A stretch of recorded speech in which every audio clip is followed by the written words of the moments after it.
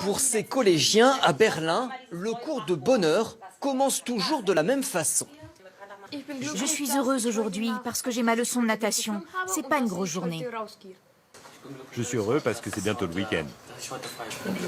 Je suis heureux que la télé française s'intéresse à notre cours. Le bonheur, en Allemagne, ça s'apprend. Depuis une dizaine d'années, 1 heure par semaine obligatoire au primaire et au collège, dans des centaines d'établissements, avec des exercices pratiques. Ce jour-là, il faut d'abord écrire ses points forts. Être bon en vélo, par exemple, parler anglais, ou encore savoir danser. Puis coller ses qualités sur des ballons et construire par petits groupes la plus haute tour possible. Jana Christine Schreiber est à la base professeure d'anglais et d'histoire. Elle a suivi une formation d'1 an pour enseigner cette nouvelle matière. Tout le monde a besoin de savoir ce qu'il est, ce qu'il sait faire. Cet exercice permet de susciter des sentiments positifs chez les élèves. S'ils nomment seulement 2 points forts, leur tour ne sera pas très haute ni très stable. Donc ça les pousse à réfléchir sur eux-mêmes, à aller chercher des qualités dont ils n'avaient peut-être pas conscience.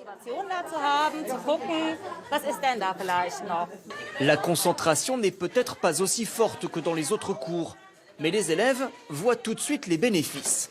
C'est génial de pouvoir parler de soi, de ses sentiments, sans que les autres se moquent de nous. Par exemple, si tu sais que tu nages bien, si tu as un problème dans l'eau, tu peux te sauver. C'est important, ça donne confiance en soi. Positiver, savoir se fixer des objectifs, rebondir après un échec, c'est ce qu'on apprend dans ce cours. Et ce n'est pas tout. Place maintenant à une petite séance d'introspection. Chacun doit détailler ce qu'il a ressenti pendant l'exercice.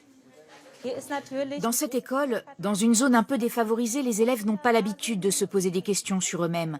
C'est désagréable pour eux. Ils pourraient vous citer 20 faiblesses d'un seul coup. Mais pour être heureux, ils doivent avoir confiance de ce qu'ils sont. C'est bien d'arriver à exprimer ce que l'on ressent. Et à chaque fois après le cours, je me sens bien en sortant. On a pu faire sortir tout ce qu'on avait dans la tête. Le cours de bonheur est noté, mais la professeure assure que ce n'est pas l'essentiel. Selon une étude, en suivant ce cours, les élèves ont plus confiance en eux et sont moins stressés. Et à la fin, bien sûr, tout le monde est applaudi.